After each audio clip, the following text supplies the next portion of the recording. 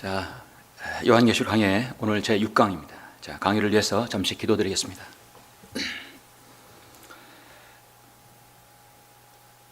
은혜와 진리가 거룩하신 아버지 하나님, 주님께 모든 감사와 찬양과 영광을 돌려드립니다.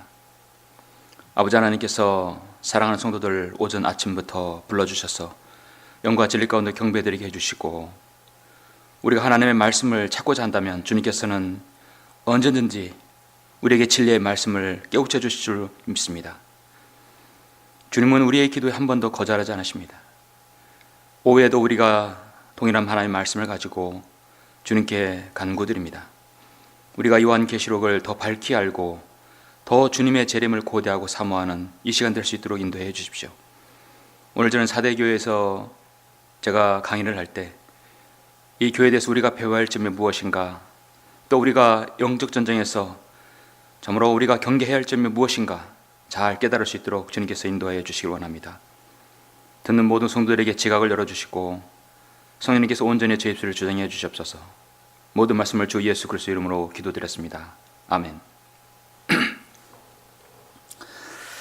예, 오늘은 이제 요한계시록 제 6강입니다.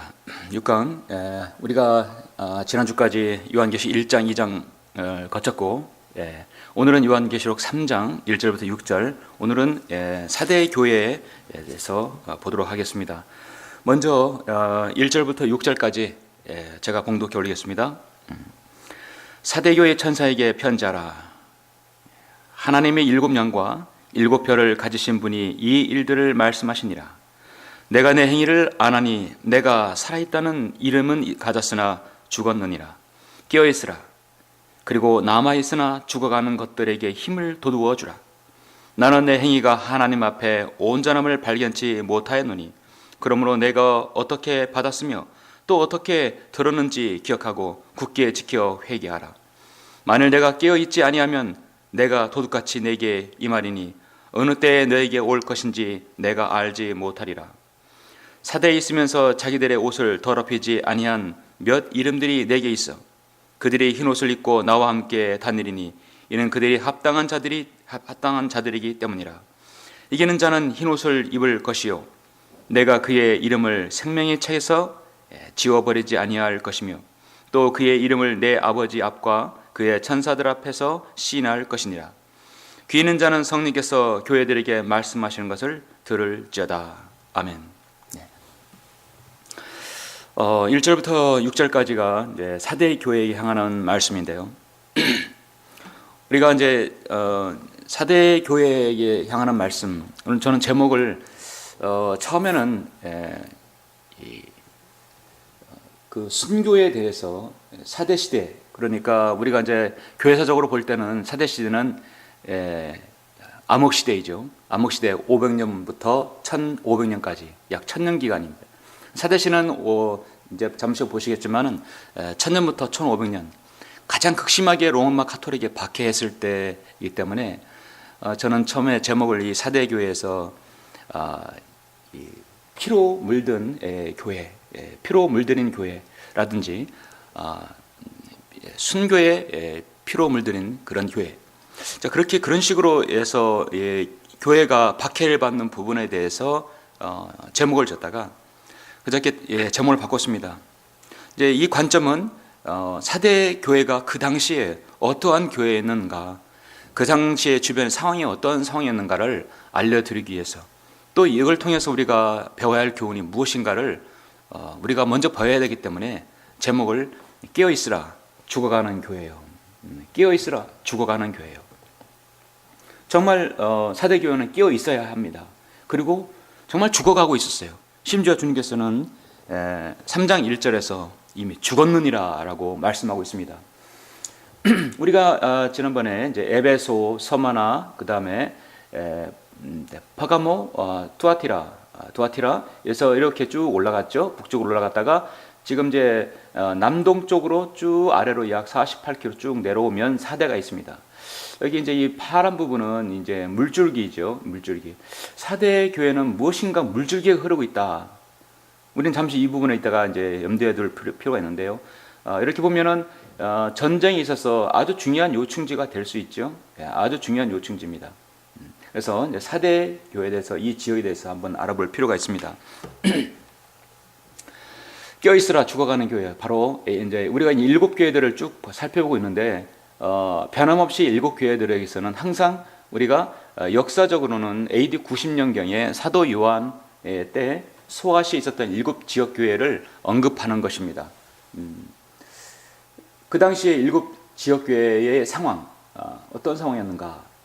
그리고 교리적으로는 이것은 분명히 여기 5절에서도 말씀하신 이기는 자는 항상 1차적으로 교리적으로 대환란에 해당하는 부분입니다. 그래서 7년 대환란의 시대에 적용됩니다. 영적으로는 사도행전에서 교회의 휴거까지 신약교회에서 있었던 교회들의 영적인 모습, 그러니까 사대교회는 AD 1000년부터 1500년, 그러니까 암흑시대의 전반에 걸친 교회 시대이죠. 그래서 계시록 2장과 3장은 유형상 교회 시대의 완벽한 그림을 보여줍니다. 지난 2000년간의 교회의 모습은 어떤 형태로 보이나는지 알아보자. 한국교회의 모습은 어떤 교회의 모습입니까? 어쩌면 지금 이 시대는 마치 사대교회 시대의 모습과 같습니다. 우리가 이 마지막 시대의 라오디게아인들의 교회 시대에 살고 있지만 사대교회는 무엇인가 이 시대에 딱 들어맞는 그런 것을 보여주고 있습니다. 우리가 지향하는 성경대로 믿는 독립신뢰교에 따르고 본받아야 할 교회는 모습은 어떤 모습인가? 껴있으라 죽어가는 교회요. 사대교회는 먼저 우리가 제가 이 사대교회의 이름을 진다면 이름은 가졌으나 세속의 물결로 죽어가는 교회다. 그래서 죽어가는 교회는 바로 껴있어야 합니다. 이름은 가졌으나 세속의 물결로 죽어가는 교회. 특징은 5번째로 언급하신 사대교회에 말씀하시는 주님의 모습은 하나님의 7 영과 7 뼈를 가지신 모습이다. 사대교회는 살아있다는 평판은 가졌으나 죽은 교회다. 자, 여러분, 사대교회 향하는 주님의 모습은 어떤 모습인가? 3장 1절에 보면 하나님의 7 영과 7 뼈를 가지신 분이라 했죠. 우리가 지난번에 두아티라와 퍼가모를 봤을 때 두아티라와 퍼가모에서 향하는 주님의 모습은 불꽃 같고 마치 심판을 향하시고 매우 엄중한 모습을 볼 수 있습니다. 그래서 퍼가모는 날카로운 양날 가진 칼을 가지신 분, 그 다음에 두아티라는 그의 눈은 불꽃 같고 그의 발은 빛나는 녹 같은 하나님의 아들이라 말씀하고 있습니다. 무엇인가 심판을 말씀하시고 경계하시고 아주 책망하시는 모습을 볼 수 있죠. 근데 이제 사대교회도 마찬가지지만 사대교회의 모습은 마치 에베소 교회를 보는 것 같습니다. 하나님의 7 영과 7 뼈를 가지신 분이라 했고 2장 1절에 보니까 에베소 교회에 관한 말씀, 주님의 모습은 오른손에 7 뼈를 가지고 7 금촛대 가운데 거니시는 분이다. 그래서 7 별, 7 영이 나옵니다. 여러분, 7 별과 7 영은 여러 번에 걸쳐서 나오는데요. 자, 1장 4절에서도 나오는데 1장 4절에서도 보시면 요한은 아시아에 있는 7 교회에 편지하노니 지금도 계시고 전에도 계셨고 앞으로 오실 그의 보호자 앞에 7 영이라 말씀하고 있습니다. 자, 7 영이 있고요. 4장 5절에서도 미리 보시면 그 보호자에서는 번개들과 천둥들과 음성들이 나오고 보호자 앞에는 7 등불이 불타고 있었으니 그것들은 하나님의 7 영이라. 자, 보호자 앞에는 분명히 7 영이 있습니다. 계속해서 말씀하죠. 5장 6절에서도 이에 내가 보니 보라 보좌와 내 짐승의 한가운데와 장로들의 한가운데 도살 당하였던 것 같은 한 어린 양이 서 있는데 7 뿔과 7 눈을 가졌더라. 그 7 눈은 온 땅에 보내심을 받은 하나님의 7 영이라. 여기도 보면 7 영이죠. 자, 7 영, 7. 7이라는 숫자는 하나, 둘, 셋, 넷, 다섯, 여섯, 7 그 개념보다도 완벽에 가까운 개념입니다. 항상 하나님께서는 7으로 일하시는 하나님이죠. 하나님께서는 7으로 일하십니다. 완벽한 모습입니다. 하나님 앞에 7 영과 7 별은 어떤 의미일까요? 먼저 이것을 알기 위해서 우리가 요한복음 6장 63절에 먼저 한번 보실 필요가 있어요. 요한복음 6장 63절에 보시면 살리는 것은 영이니 육은 전혀 무익하니라. 내가 너희에게 한 말들은 영이요 생명이라 했습니다. 하나님께서 우리에게 알려주시는 방법은 영으로 말씀하십니다.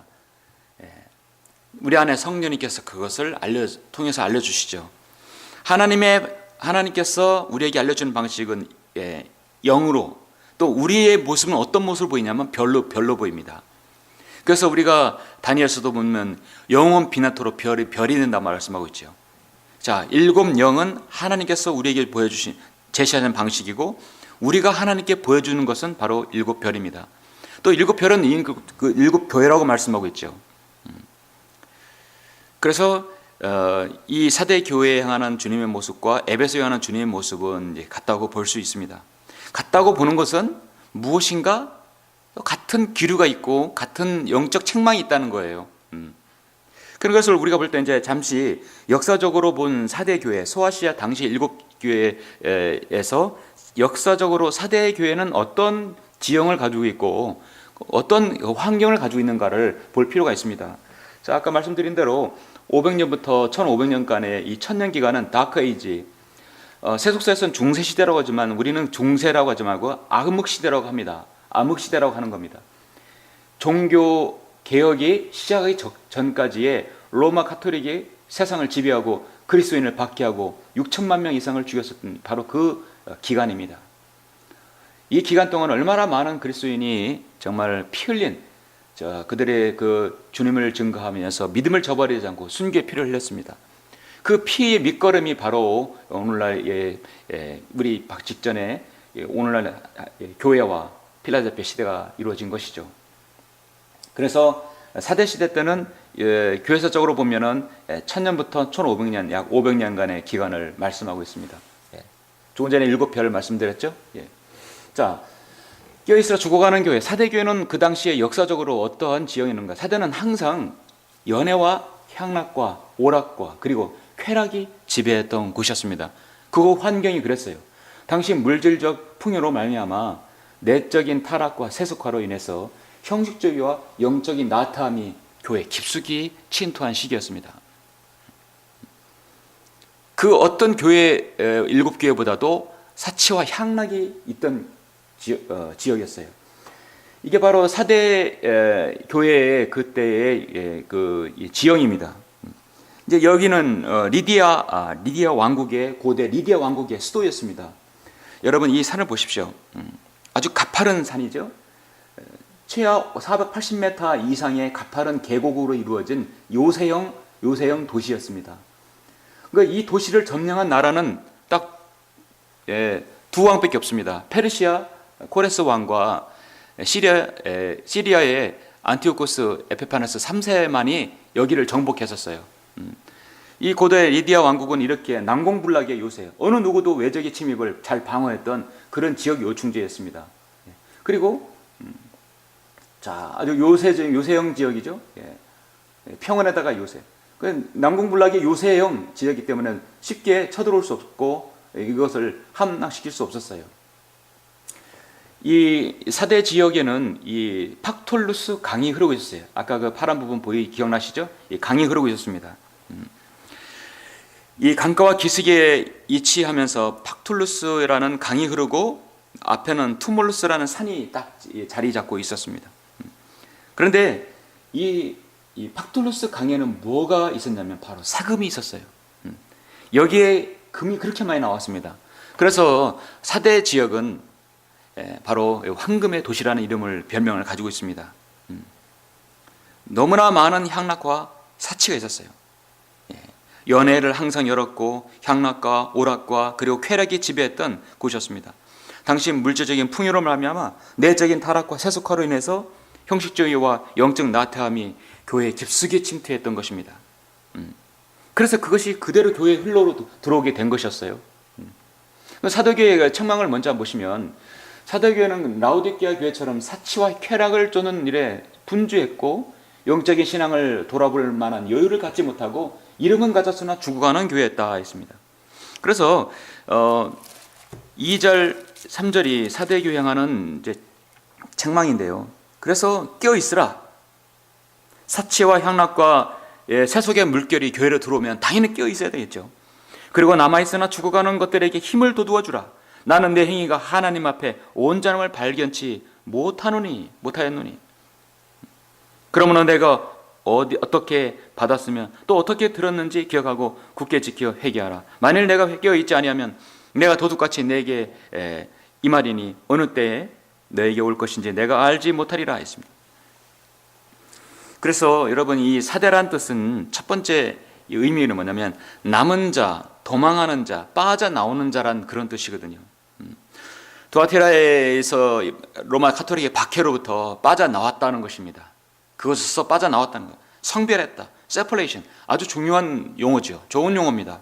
그래서 그들의 이름은 뭐라겠습니까? 내가 살아있다는 이름은 가졌다. 빠져나왔기 때문에, 도망했기 때문에, 살아있기 때문에 가졌으나 죽었다는 것이죠. 그들은 영적으로 눈멀었고 죽었었습니다. 그래서 마치 에베소 교회를 보는 듯한 그런 책망을 볼 수 있습니다. 여러분, 에베소 교회가 어떤 책망을 받았습니까?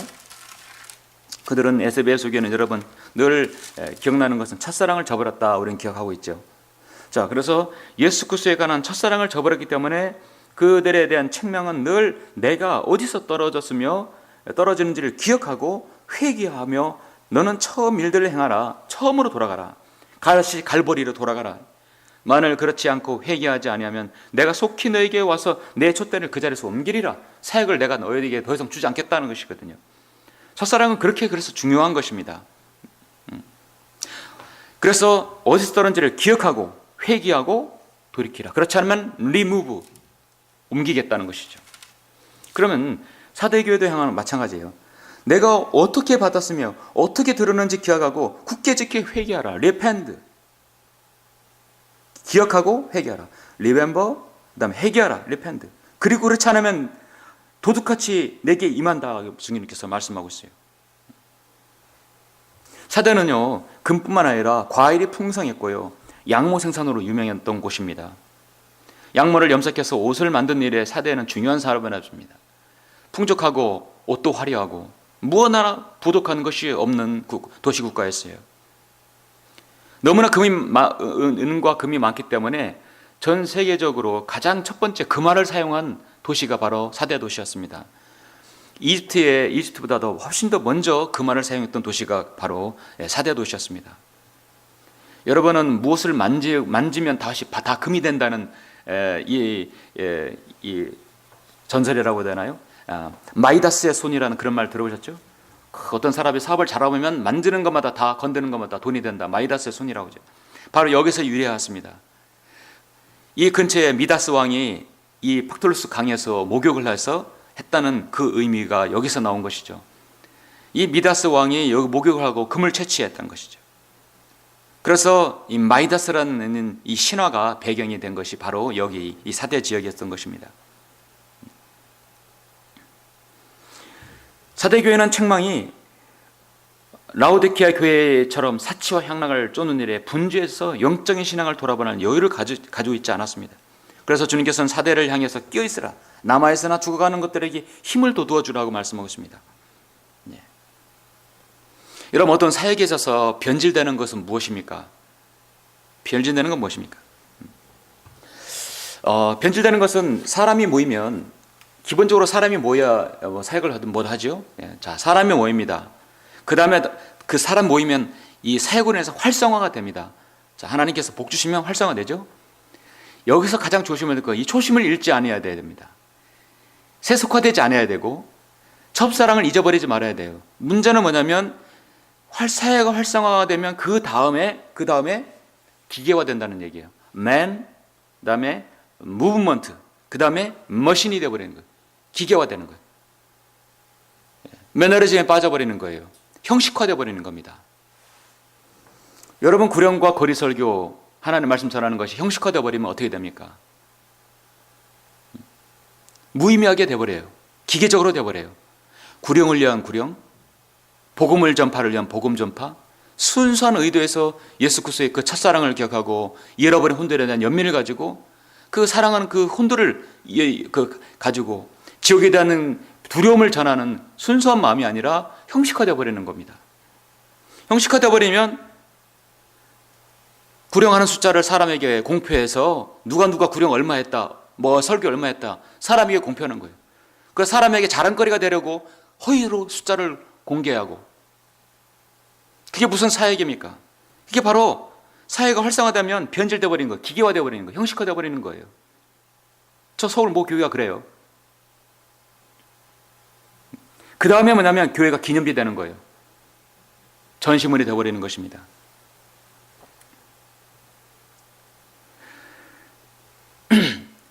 이 사대 지역의 이 난공불락 요새 앞에 신전이 있습니다. 이 신전이 있는데 신전 옆에 뭐가 있었냐면 바로 여기 사대 교회가 있었어요. 신전 옆에 아주 기둥도 높지요. 신전 옆에 사대 교회가 있었다는 얘기는 무엇입니까? 이게 아르테미스 신전인데요. 신전 옆에 있다는 얘기는 그만큼 신전에서는 우상 숭배와 샤치와 향락과 음락과 음란인가 탐욕이 있는 곳입니다. 그래서 그런 것들이 자연스럽게 교회에 들어오게 되는 것이죠. 지금 교회에 탐만 보이지만 이 아르테미스는 다산과 풍요의 상징으로 보입니다. 교회가 신전 옆에 이렇게 자리 잡고 있다는 자체가 벌써 교회는 쉽게 물들 수 있다는 것을 보여줘요. 스페인이라든지 유럽이라든지 또 이렇게 예루살렘 여러 가지 이제 수흥제 순례를 이렇게 보면은 가보지 않았지만 사진들 보면 사람들에게 기념이 되는 교회가 많지요. 이것이 바로 가나안 혼인잔치 기념교회입니다. 이것은 성 폴리캅 기념교회입니다. 이것은 나사렛 수태고지 기념교회. 교회를 가보면 교회에 사람은 있는데 그 사람이 뭐로 오냐? 경배를 드리고 하나님의 말씀을 양육하러 오는 게 아니라 구경하러 온 거예요. 교회가 박물관이 되어버린 거예요. 박물관이. 교회가 박물관이 되어버리면 그건 교회가 죽었지요. 죽은 거예요. 죽어가는 것이에요. 사람 모이고 활성화되고 그게 형식화되어 버리면 그 다음 단계는 마지막으로 가버리는 거예요. 죽어가는 것이 죽는 것입니다. 아, 우리가 옛날에 뭐뭐 했었지. 우리가 뭐뭐 했었지. 그래도 그때는 잘 나갔었지. 그 지금 무슨 소용이 있어요? 하나님 앞에. 다 박물관이 되어버렸는데요. 근데 사대교회는 칭찬이 하나 있었어요. 그래도 사대교회는 칭찬이 있었다. 그것이 바로 칭찬이 이제 4절에 나오는데 대다수 성경 주석이라든지 또 강연하는 사람들을 설교자를 보면은 사대교회는 칭찬이 없었다, 책망만 있었다고 하는데 사실 칭찬이 있었어요. 4절을 간과한 것입니다. 사대에 있으면서 자기들의 옷을 더럽히지 아니한 몇 이름들이 내게 있어 그들이 흰 옷을 입고 나와 함께 다니리니 이는 그들이 합당한 자들이기 때문이라. 자, 자기들의 옷을 더럽히지 아니한 몇 이름들이 있다는 것은 무엇입니까? 자기들의 이름을 더럽히지 아니하였다. 그것은 뭐냐면 그리스도인의 의로운 행실을 끝까지 지켰다는 것이죠. 사대에 있었던 물질 문명의 풍족함은 오히려 죄와 직결되었고 발라함의 교례 우리가 알죠? 영적 나태함과 함께 마귀의 공격을 허용하는 좋은 풍토였지만 그들 대다수가 하나님 앞에 온전함을 발견하지 못했어도 자기들의 옷을 더럽히지 아니한 사람이 있었습니다. 여러분, 자기들의 옷을 더럽히지 아니했다는 것은 뭐냐면 성도들의 의로운 행실인데 우리가 이제 라우디게인들의 교회 시대에 보면 3장 18절에 보시면 내가 너에게 권고하노니 내게서 불로 단련된 금을 사서 부유하게 되고 흰 옷을 사서 입음으로 너의 벌거벗은 수치를 드러나지 않게 하며 또 안약을 내 눈에 발라 보게 하라. 흰 옷을 사서 입음으로 너의 벌거벗은 수치를 드러나지 않게 하라. 우리가 이 땅에서 주님을 구원받은 이후에 주님을 섬기는 것에 대한 보상은 저 셋째 하늘에서 흰 옷으로 세마포로 주님께서 변모시켜 주실 것입니다. 하나님 보시기 흰 옷은 그만큼 정결한 것입니다. 성도들의 거룩한 행실과 의로운 행실이고 믿음의 실행이 있는 행실이 믿음의 본을 보이는 것입니다. 16장 15절에서도 제시되고 있죠. 16장 15절에서도 보라 내가 도둑같이 올인에 끼어있어 자기의 옷을 지켜 벗은 채로 다니지 아니하고 사람들에게 자기 수치를 보이지 않는 자는 복이도다. 더러우면 수치가 되는 거지요.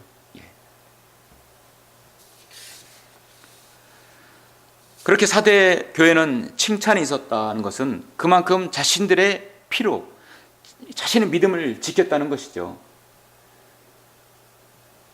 이제 이것이 로마 카톨릭에 의해서 그렇게 순교당하고 핍박당하는 많은 그리스도인의 죽음을 러큰 목사님이 그랬죠. 여기 교황과 왕이 있었죠. 그들은 십자가 이런 것들을 거서 오직 하나님을 위하여 하나님을 한다 하지만 모두 다 사탄을 위하여 한 것이었습니다. 수많은 그리스도인을 처절하게 이루 말로 형용할 수 없는 많은 고문과 악행으로 그리스도인을 비박하고 죽였습니다. 도라테와 사대 시대 때 종교 암흑 시대 때 약 1000년 동안 6천만 명의 그리스도인이 이렇게 피로 여러분 살해를 당했습니다. 윌리엄 폴푸시의 팍스의 순교사를 우리는 여러분 보신 적이 있으십니까? 팍스의 순교사는 정말 우리 그리스도인들이 한번 읽어봐야 합니다. 이 마지막 시대에 우리는 너무나 풍족한 가운데 살고 있어요. 사치와 향락이 물든 사이에 우리 주위에 너무나 넘쳐나고 있습니다. 로마 가톨릭은 점점점 세상에 더 창대해져가고 그 당시도 마찬가지입니다. 오늘 얼마나 교회가 화려합니까? 대형 교회입니다. 부족한 것이 없습니다. 너무나 편하게 예배를 드려요. 사람은 구름대같이 많지만은 이 사람들이 정작 자신의 믿음을 지키기 위해서 십자가를 진다거나 고난을 받는다거나 과연 있어 보입니까?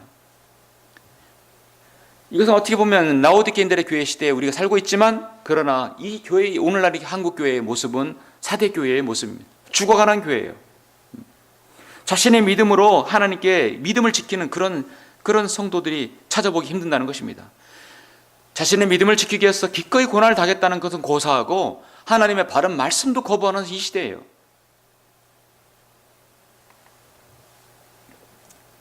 사대교회는, 교회사적으로 보는 이 사대교회는 순교자들의 피로 물든 암흑시대, 성도들의 순교와 유혈로 점철되는 바로 그런 시대였습니다. 그 성도들의 순교의 피가 바로 교회의 씨앗이 되었던 것입니다.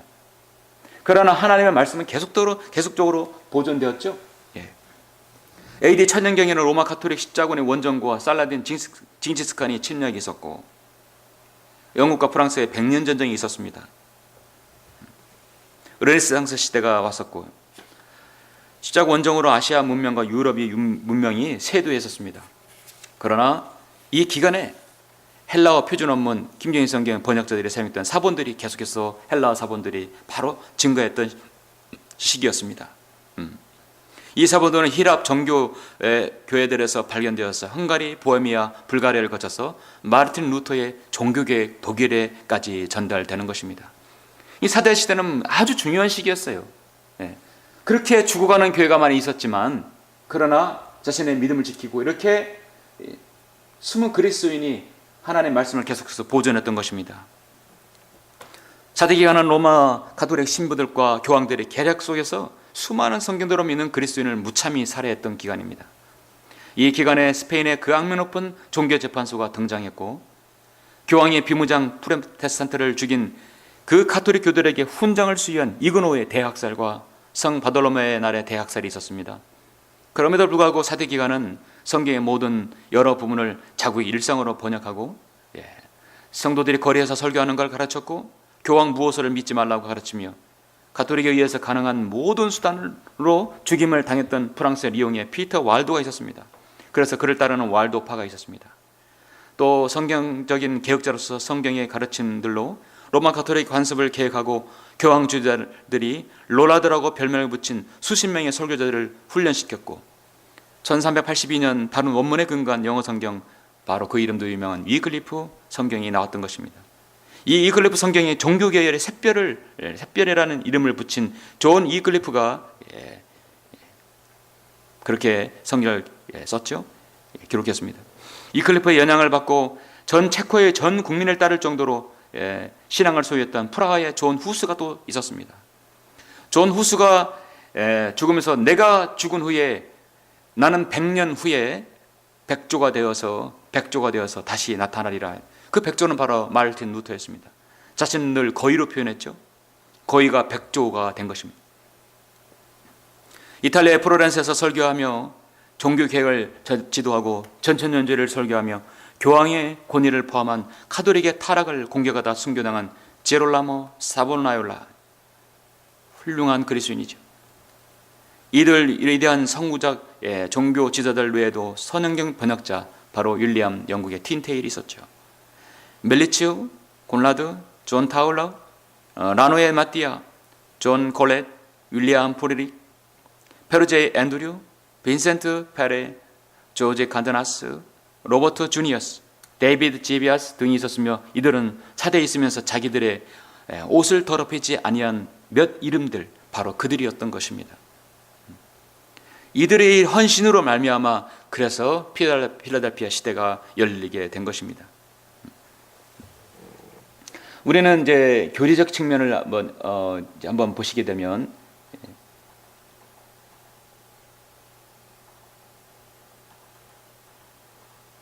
자, 영재 좀 잠시 보고요. 교리적 측면을 한번 보시면, 자, 이기는 자는 흰 옷을 입을 것이요. 자, 여러분 한번 계속해서 5절 아까 보셨지만 다시 한번 보시겠습니다. 이기는 자는 흰 옷을 입을 것이요, 내가 그 이름을 생명의 책에서 지워버리지 아니할 것이라 했습니다. 자, 여러분, 제가 누차 말씀드리지만 지금 우리가 보는 7교회 2장 3장은요 교리적으로 보게 되면 배환란이 됩니다. 그래서 환난이 아니라 환난으로 표기하고 있고요, 이 이기는 자는 항상 대환란 때 믿음과 행위를 지킨 자들이에요. 이들이 자신의 이름을 생명책에서 지워버리지 않게 하려면 믿음 행위로 자신의 믿음을 지켜야 합니다. 그래서 생명의 책에서 지워버리지 아니한다는 것은 생명의 책에서 이름을 지울 수 있다는 얘기거든요. 자, 우리는 예수 그리스도를 믿음으로 생명의 책에 기록되어 있어요. 자, 우리 이름은 생명의 책에 기록되어 있습니다. 이 생명의 책은 다시 지울 수 없어요. 우리는 예수 그리스도의 보혈로 쓴 것이거든요. 그러나 이기는 자는 생명책에서 지워버릴 수도 있다는 것이죠. 요한계시록 여러분 20장을 보시면 20장에서 22절 백보자 심판에 보면, 또 내가 죽은 자들을 보니 작은 자나 큰 자나 하나님 앞에 서 있는데 책들이 펴져 있으며 또 다른 책도 펴져 있는데 그것은 생명의 책이라. 자, 여러 책도 있는데 생명의 책이 있어요. 여러 책들은 구원받지 않는 자들의 이름, 생명의 책은 구원받은 수의 자들의 이름. 자, 생명책이라. 죽은 자들은 자기들 행위에 따라 그 책들에 기록된 대로 심판을 받더라. 그 책들이 얼마나 많겠습니까? 그래서 생명의 책은 늘 정말 생명이 있는 책, 영원한 생명 있는 사람이 들어가는 그 이름이 기록된 책입니다. 지금 이 대환란에 있어서 이기는 자가 되려면 그들의 믿음과 실행을 가지고 자신의 믿음을 지켜야 되겠죠. 믿음과 행위를 지켜야 합니다. 우리가 받는 구원은요 믿음과 행위가 아니라 오직 믿음으로만 받는 것입니다. 많은 주석가, 설교, 성경, 계시록 강해자들은 항상 간과하는 게 이거더라고요. 요한계시록 이 7교회를 제시하면서 영적으로, 교리적으로, 그 다음에 역사적으로 그거를 구분하지 못하고 일괄되게 어떤 강해자들은 계속해서 영적으로만 해석해요. 어떤 강해자는 계속해서 AD 90년이 머물러 버려요. 그런데 교리적으로 대환란에 관한 문명이라는 것을 전혀 알려주지 못하고 있습니다. 그렇게 제시하는 설교자가 없어요. 정말 우리가 이기는 자라고 표현할 때는 이 교회 시대에 우리가 요한일서 4장 4절하고 요한일서 5장 4절의 근거에서만 말할 수 있어요. 요한일서 4장 4절 이렇게 말씀하고 있잖아요. 어린 자녀들아, 너희는 하나님께 속하였고 또 그들을 이겼으니 이는 너희 안에 계신 분이 세상에 있는 자보다 더 크시기 때문이라. 또 구체적으로 5장 4절에 보면, 이는 하나님께로부터 태어난 자는 누구든지 세상을 이기기 때문이라. 세상을 이기는 승리는 이것이니 곧 우리의 믿음이라. 곧 우리의 믿음입니다. 자, 하나님께로 태어난 자는 하나님의 말씀을 듣느니라. 요한복음 8장 48절에서 말씀합니다. 자, 하나님께 태어난 자는 하나님의 자녀들, 맞죠? 그럼 하나님의 자녀는 다 세상을 이깁니까? 그렇진 않아요. 로마서 8장 1절 말씀처럼 성령을 따라 행할 때만이 우리가 승리할 수, 이길 수 있는 것입니다. 하나님께 태어난 사람은 다 이기는 게 아닙니다. 육신의 정욕과 안목과 육신의 정욕과 여기 말씀대로 육신의 정욕, 안목의 정욕, 세상의 자랑을 다 이겨야만이 우리가 이길 수 있어요. 이것을 감수하고 이겨야만이 세상을 이길 수 있는 것입니다. 성령 안에서 행할 때만이 이길 수 있어요. 그래서 여기 교재도 말씀드렸지만 성경의 문맥을 잘 이해하기 위해서는 항상 교리적으로, 항상 일차적으로 어느 시 누구에게 기록하였는지를 잘 봐야 합니다.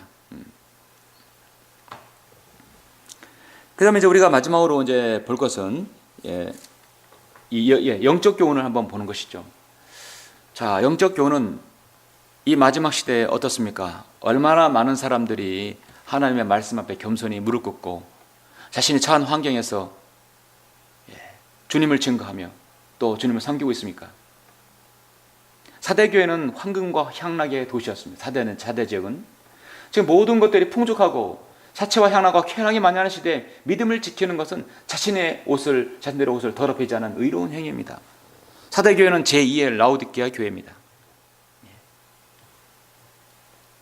이 난공불락에 유세했던 아까 그 사대 성이 페르시아군하고 시리아군 딱 안티오쿠스 에페파네 3세에게 또 페르시아 코레스 왕에게 두 번 딱 점령당했다겠죠.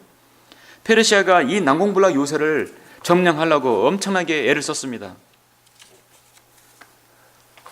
결국은 점령한 왕이 됐어요. 이 요새를 가지고 있는 병사들은 너무나 요새에 과신했습니다. 성만 과신했던 거예요. 그 성을 쉽게 뚫을 수 없었습니다. 들어가는 입구가 너무 좁았기 때문에 많은 군사가 한 번에 들어갈 수 없었어요. 그래서 어떻게 하면 저 사대성을 공략하고 점령할 수 있을까? 이렇게 보니까 이 사대 병사들이 쭉 나열해서 이제 성을 지키고 있는데 한 병사가 어느 날 졸다가 투구가 떨어진 거예요. 성 아래로 떼구르르 굴러가는데 병사가 얼른 그것을 가서 주워가지고 다시 올라가는 걸 봤습니다. 올라갈 때 어떤 그 문으로 들어가는 거예요. 그래서 페르시아 코레스가 바로 이거다. 저들이 허술한 틈을 타서 소수의 정예 병사들을 저 문으로 침투시켜라. 그래서 결국은 그 병사를 통해서 들어간 입구를 알게 된 것이죠. 한순간의 나태함과 방심은 돌이킬 수 없는 결과를 낳았습니다. 황금과 향락의 도시에 살았던 사대교회가 그리스도인이 자신의 믿음을 지키고 흰옷을 입어야 해야 되는데 그게 쉬운 일이 아니었어요. 자신들의 성도들의 의로운 행실을 지키는 건 쉽지 않았습니다. 이 옷은 성도들이 자신의 의이며 그리스도인이 구원받은 이후에 행한 선한 행위로 이 옷을 입고 그리스도인 심판상에 서야 됩니다. 물질 문명이 풍족하고 모든 것이 여유가 있을 때 여러분 주님을 잘 섬기는 것은 정말 어렵습니다. 그렇게 잘 섬긴다고 한다면 존경받는 그리스도인이에요. 어려울 때, 부족하고 힘들 때, 십자가를 질 때 주님께 매달리고 기도하는 것은 당연한 것이죠. 그건 우리 모든 그리스도인이 그렇게 할 것입니다. 그러나 하나님께서 좀 더 여유를 주고 시간적인 것들, 또 때로는 경제적인 것들, 건강, 그렇게 했을 때 주님을 잘 섬기고 자신의 믿음 부인하지 않는 것은 정말 훌륭한 믿음입니다. 여러분은 그렇게 섬길 수 있겠지요? 사대교회는 21세기 마지막 교회를 시대를 사는 오늘날 교회 시대의 모습과 흡사합니다. 모든 것이 풍족하고 사치와 향락과 쾌락이 만연한 시대에 교회는 타락의 억체를 달하고 있습니다. 진리에서 멀어진 지 오래입니다. 죽은 교회들의 대다수를 이루고 있습니다. 죽어가고 있습니다. 그래서 오늘 말씀 저는 깨어 있으라. 죽어가는 교회예요. 죽어가는 교회예요. 여러분도 주님께서 오실 때까지 여러분의 자신의 흰 옷을 더럽히지 않는 그런 신실한 성도들, 지옥교회를 하나님께서 찾으시고 그런 성도를 하나님께 눈여겨보십니다. 바로 누구입니까? 바로 성경대로 믿는 독립침례교회 여러분 성도들입니다. 자, 이렇게 해서 오늘 사대교회를 이제 마치고 다음 주 계속해서 필라델피아 교회를 보도록 하겠습니다. 마치겠습니다.